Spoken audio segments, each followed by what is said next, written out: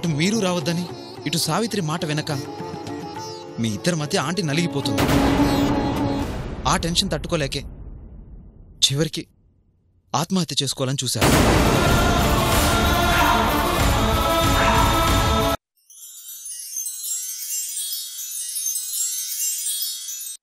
వాళ్ళమ్మ గురించి తనతో చెప్పకుండా ఏంటి?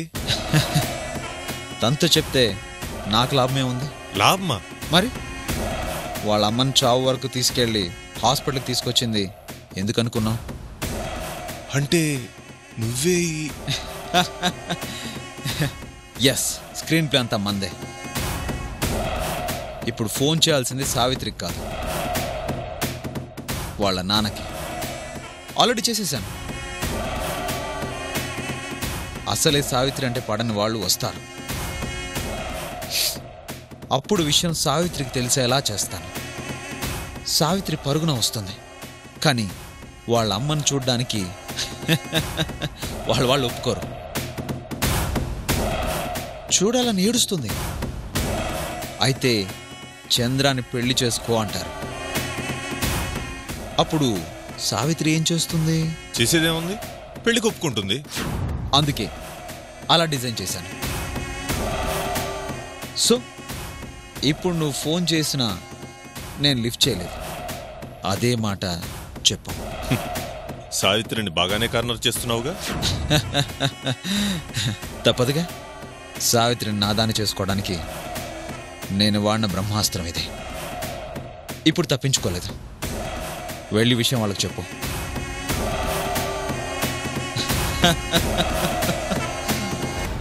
ఫోన్ తీసారా? ఎక్కడున్నారంట? నా ఫోన్ కూడా లిఫ్ట్ చేయడం లేదండి. ఏదో ముఖ్యమైన పని మీద ఉంటే తప్ప అలా చేయడు. వస్తే ఫోన్ చేయమని చెప్తానులేండి. చాలా ముఖ్యమైన విషయం మాట్లాడాలి. అర్జెంటుగా కలవాలని చెప్పండి. అలాగే, వస్తామండి.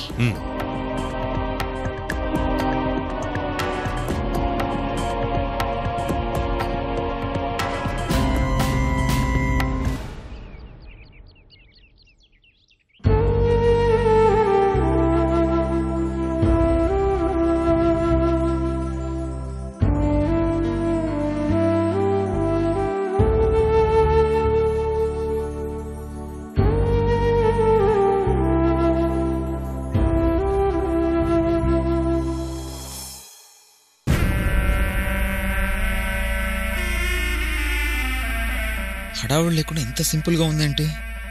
ఇలా ఉంటే మనం ఇచ్చిన బిల్డప్ వర్కౌట్ కాదే. నర్స్, ఏంటిది? పేషెంట్ కండిషన్ సీరియస్గా ఉంటే ఇలా నా ఉండేది. అంత షాక్ అవ్వకు.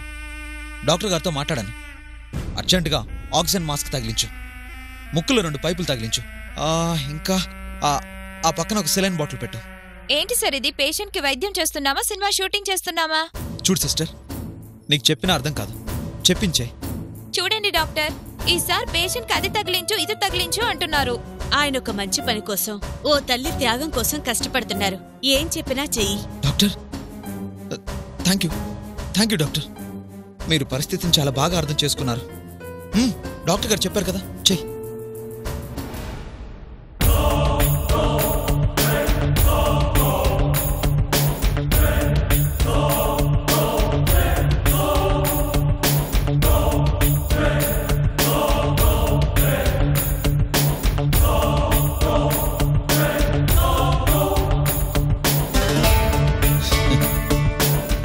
అట్మాస్ఫియర్ రెడీ అయిపోయింది. క్యారెక్టర్స్ ఇంకా రాలేదేంటబ్బా? బాబు, పేషెంట్ పేరు జానకి. ఏ రూమ్లో ఉన్నారు? వచ్చేసారు. మన పెర్ఫార్మెన్స్ మనం ఇచ్చేయాలి. పదమ్మా. ప్లీజ్ డాక్టర్, మీరు ఏం చేసినా సరే సాయంత్రానికల్లా కళ్ళు తెరిచేలా చేయండి. ఖర్చు గురించి ఆలోచించొద్దు. ఎంత ఖర్చు అయినా పర్వాలేదు. మా ఆంటీని బతికించండి చాలు. అమ్మా జానకి వచ్చారా? చూడండి, ఆంటీని చూడండి. చావుకి బతుకి మధ్య ఎలా అల్లాడిపోతుందో చూడండి.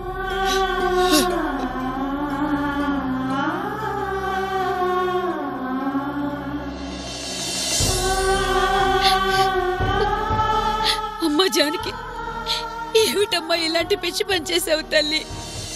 ఒరే రాముడు, మన ఇంటి మహాలక్ష్మి చూడరా ఎలా అయిపోయిందో. బామ్మగారు, పేషెంట్ ని డిస్టర్బ్ చేయొద్దు.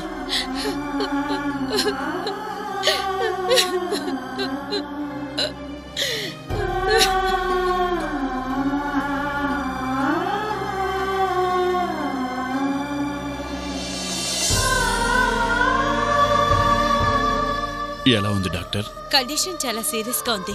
సమయానికి నా హాస్పిటల్కి తీసుకురాకపోయి ఉంటే ఈవిడ బతికేదే కాదు. సార్ తాపత్రయం చూసి ఆయన తల్లేమో అనుకున్నాను. అంత అల్లాడిపోయారు.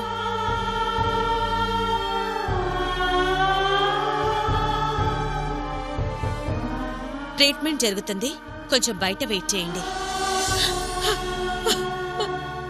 బయట కూర్చుందాం అంకుల్. పదండి.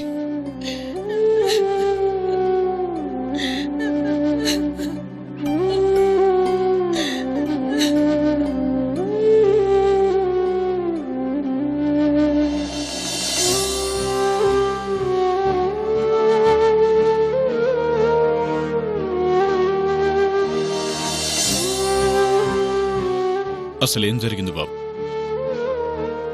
ఆత్మహత్య చేసుకోవాల్సిన కర్మ దానికేంటి? ఆంటీ చనిపోవాలి అనుకోలేదు అంకుల్. అనుకునేలా మీరు చేశారు. ఎస్, ఆంటీ ఈరోజు ఆ పరిస్థితిలో ఉండడానికి మీరు సావిత్రే కారణం. వాడి కారణం ఏంటయ్యా? అవును, వీళ్లే కారణం. అటు సావిత్రి ఆంటీ మాట వినక, ఇటు అంకులు వినక, చివరికి ఏం చేయాలో అర్థం కాక అదిగో అలా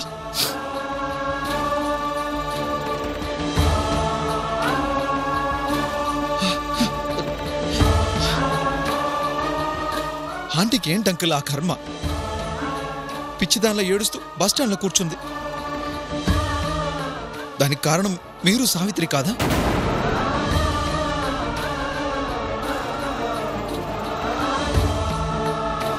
కోపం ఉండొచ్చు అంకల్. భార్య మీద ప్రేమను చంపేంత కోపం ఉండకూడదు.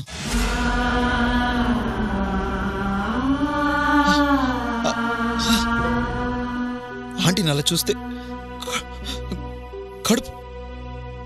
కడుపు తరుక్కుపోయింది అంకల్.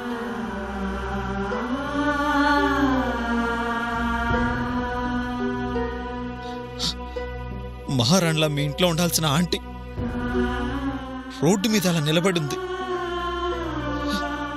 అయినా ఇందులో ఆంటీ తప్పే ఉంది. మీ కూతురు మీ మాట వినకపోతే అది ఆంటీ తప్ప? వాడేదో కోపంలో అన్నాడే అనుకో. ఏంటండి కోపం? ఎవరి మీద కోపం? మీకిచ్చిన మాట కోసం సావిత్రిని బతిమలాడింది, భంగపడింది. తను మాట వినకపోతే ఆంటీ ఏం చేస్తుంది?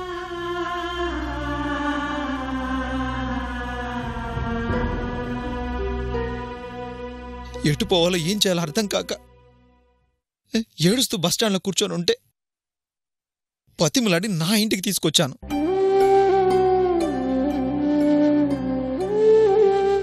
అప్పటికి రానంది. నా చావేదో నేను చేస్తాను బాబు అంతే. అప్పుడు కూడా ఈ మట్టి బొరకు అర్థం కాలేదు ఆంటీ ఇలాంటి ప్రయత్నం చేస్తుందని. కర్మ కర్మ.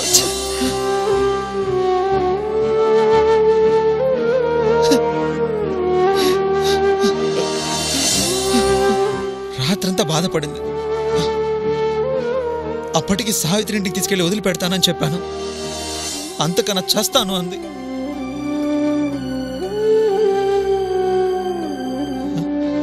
కన్న బిడ్డను కలవడం కన్నా చేస్తాను అందంటే ఆవిడ ఎంత ఎంత బాధపడి ఉండాలి. సావిత్రి వల్ల ఎంత నరకం అనుభవించి ఉండాలి.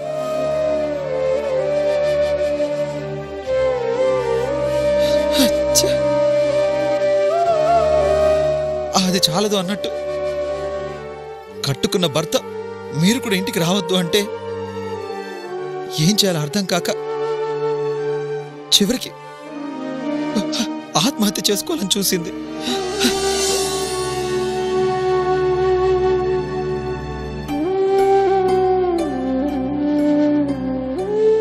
అందుకే ఆంటీ అలా చావు బతుకుల మధ్య కొట్టుకోవడానికి కారణం మీరు. ఎస్, మీరు సావిత్రి.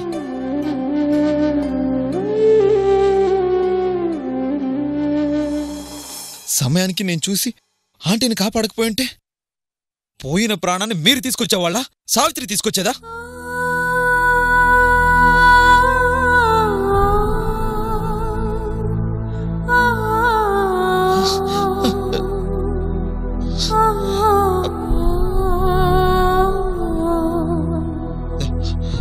సారీ అంకుల్,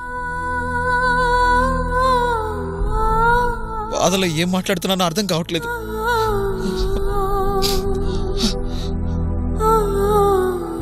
బట్ నేను మాట్లాడేది మాత్రం నిజం అంకుల్.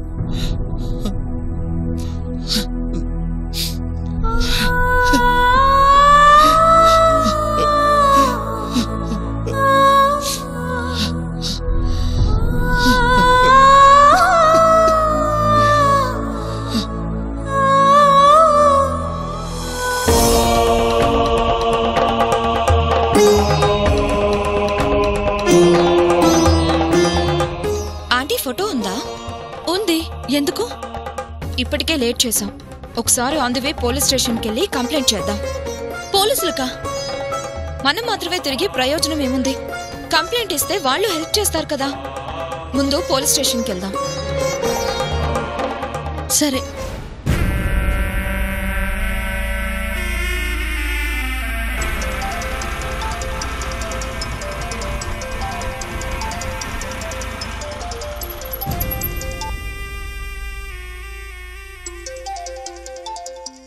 చంద్రగారు ఫోన్ చేస్తున్నారు. అవునా? మాట్లాడు. హలో చంద్రగారు, మీ గురించే మీ ఇంటికి కూడా వెళ్ళొస్తున్నాం. సారీ సావిత్రి. ఫోన్ లిఫ్ట్ చేయనందుకు సారీ ఎందుకులేండి. మీతో ఒక ముఖ్యమైన విషయం మాట్లాడాలి. అంతకన్నా ముఖ్య విషయం నేను నీకు చెప్పాలి. ఆ టెన్షన్లో ఉండే ఫోన్ తీయలేదు. మీ అమ్మగారు? అమ్మ గురించి మాట్లాడాలనే ఫోన్ చేశానండి. అమ్మ నా మీద కోపంతో వెళ్ళిపోయిందండి. ఎక్కడికి వెళ్ళిందో తెలియటం లేదు. బస్టాండ్లో ఒంటరిగా ఉంటే నేనే తీసుకొచ్చాను. అవునా? అమ్మ మీ దగ్గరుందా? లావణ్య, అమ్మ చంద్రగారికి కనిపించిందంటే ఇప్పుడెక్కడుంది? ఎలా ఉంది? అది సావిత్రి, మీ అమ్మగారు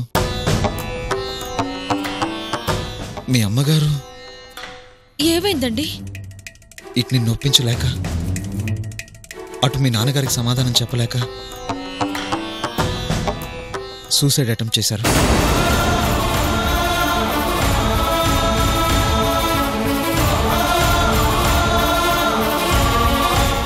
చాలా సీరియస్ కండిషన్లో హాస్పిటల్లో ఉన్నారు.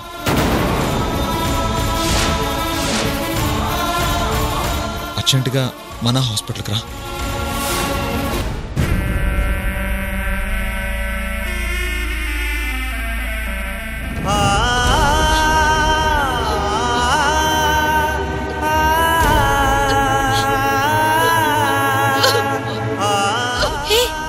ఏమైంది?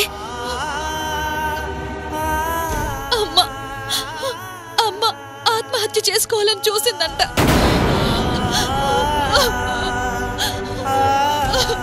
ఊరుకోవే.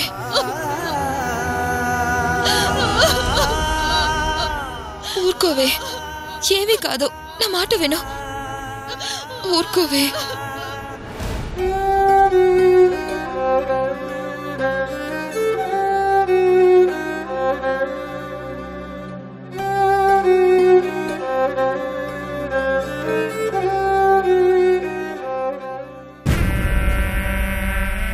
బంగారం ఇంకా రాలేదేంటి?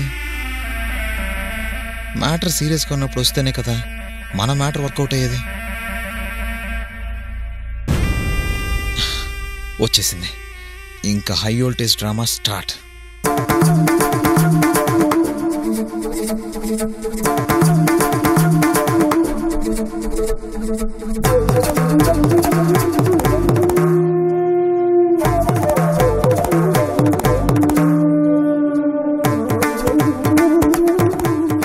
చంద్రగారు, అమ్మ ఎక్కడుంది? ఎలా ఉంది? లోపల. ఆగో.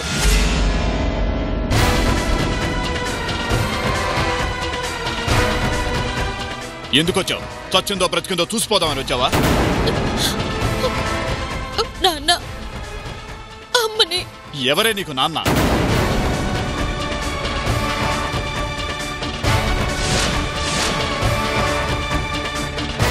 తండ్రిగా నా మాటకి ఏం గౌరవం ఇచ్చావని, కూతురిగా నా పరువు ఏం నిలబెట్టావని. అంకుల్, ఏంటంకుల్ మీరు కూడా? నీకేం తెలియదు బాబు, నువ్వుండు. దీన్ని కన్న పాపానికి రోజు చస్తూ బ్రతుకుతున్నావు. ఈ రోజు ఏకంగా నా భార్యని చావుకు ముందాకా తీసుకుపోయింది. అమ్మిలా చేస్తుందని నాకు తెలియదు నాన్న. నీలాంటి కూతుర్ని కన్నాక ఇలా చేయక ఎలా చేస్తుంది? వాడు వద్దు వద్దు అంటున్నా, నా బిడ్డ నా మాట వింటుంది అంటూ ఆ పిచ్చిది నిన్ను నమ్మి ఇంత దూరం వచ్చింది. దాని నమ్మకానికి, దాని ప్రేమకి నువ్విచ్చే బహుమానం ఇదేనంటే?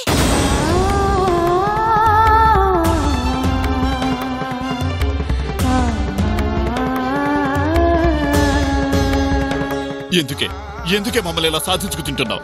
వాడెవడి కోసమో మా ప్రాణాలు తీస్తున్నావు.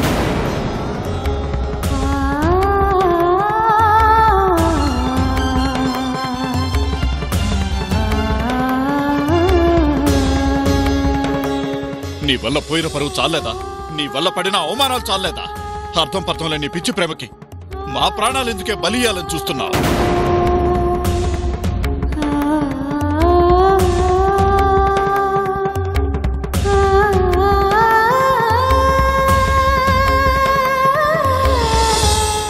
అంకుల్, పాపం తన బాధను కూడా అర్థం చేసుకోండి.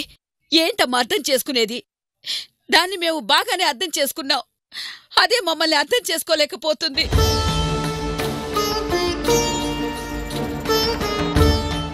అయ్యో, బిడ్డ జీవితం ఇలా అయిపోయిందే. దాన్నొక దారి చేద్దామని వాళ్ళమ్మ పాకులాడుతుంటే అది అర్థం చేసుకోకుండా దాని ఇష్టానికి అది ప్రవర్తిస్తుంది. నీకిష్టం లేని బ్రతుకు బ్రతకలేను అంటే మీ వాళ్ళు బ్రతకాల్సిందే అన్నారు. అలా మేము అనటం లేదు కదమ్మా. మేమే దగ్గరుండి పెళ్లి చేస్తామన్నాం, అయినా విని చావడం లేదు. నీ బుద్ధి దానికుంటే మాకీ బాధలు, ఇన్ని కష్టాలు ఎందుకమ్మా? అంకుల్, జరిగిందేదో జరిగిపోయింది. ముందు తన ఆంటీని చూడనివ్వండి. వద్దు, అది చూడాల్సిన అవసరం లేదు. నా భార్య చావాలన్న ఆలోచనకి కారణమే అది.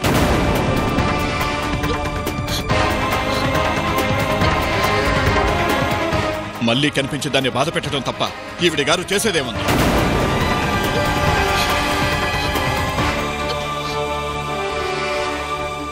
చేసిన ఘనకార్యం చాలు. దాని తల్లిని అది చంపుకోగలదేమో గాని నా భార్యను నేను చంపుకోలేను. వెళ్ళిపోమ్మను, ముందు దాన్ని ఇక్కడి నుంచి వెళ్ళిపోమ్మను.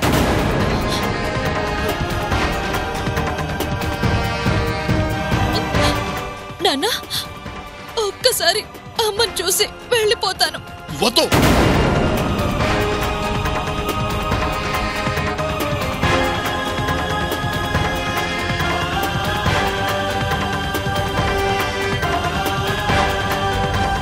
అమ్మా నాన్న కుటుంబం ఎవరు లేకపోయినా నువ్వు బ్రతకగలవు, కానీ నా భార్య లేకుండా మాత్రం నేను బ్రతకలేను.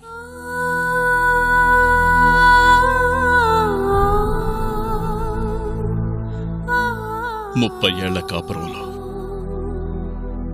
దాన్ని కసిరింది లేదు, కన్నీళ్లు చూడలేదు. అలాంటిది నీ వలన, కేవలం నీ వల్ల దాన్ని కసిరాను, కన్నీళ్లు చూశాను. చివరికి చావు బతుకుల మధ్య అల్లాడేలా చేశాను. చాలు, చూసింది చాలు. దాని చావును చూసే ధైర్యం మాత్రం ఈ గుండెకి లేదు. ఇప్పుడు నువ్వు కనిపించి నా భార్య ప్రాణాలు తీయకు. నీకు చేతులెత్తి దండం పెడతాను, వెళ్ళిపో.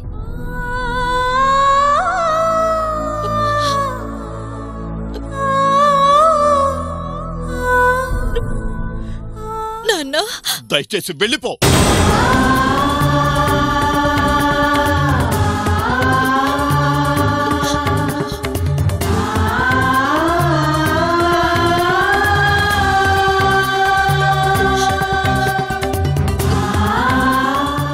ఇంకా ఏం నాన్ననే?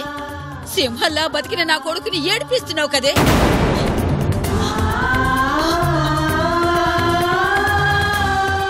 ఇంకా బండరాయిలా అలా నిలబడున్నావే? ముందెక్కడి నుంచి పో.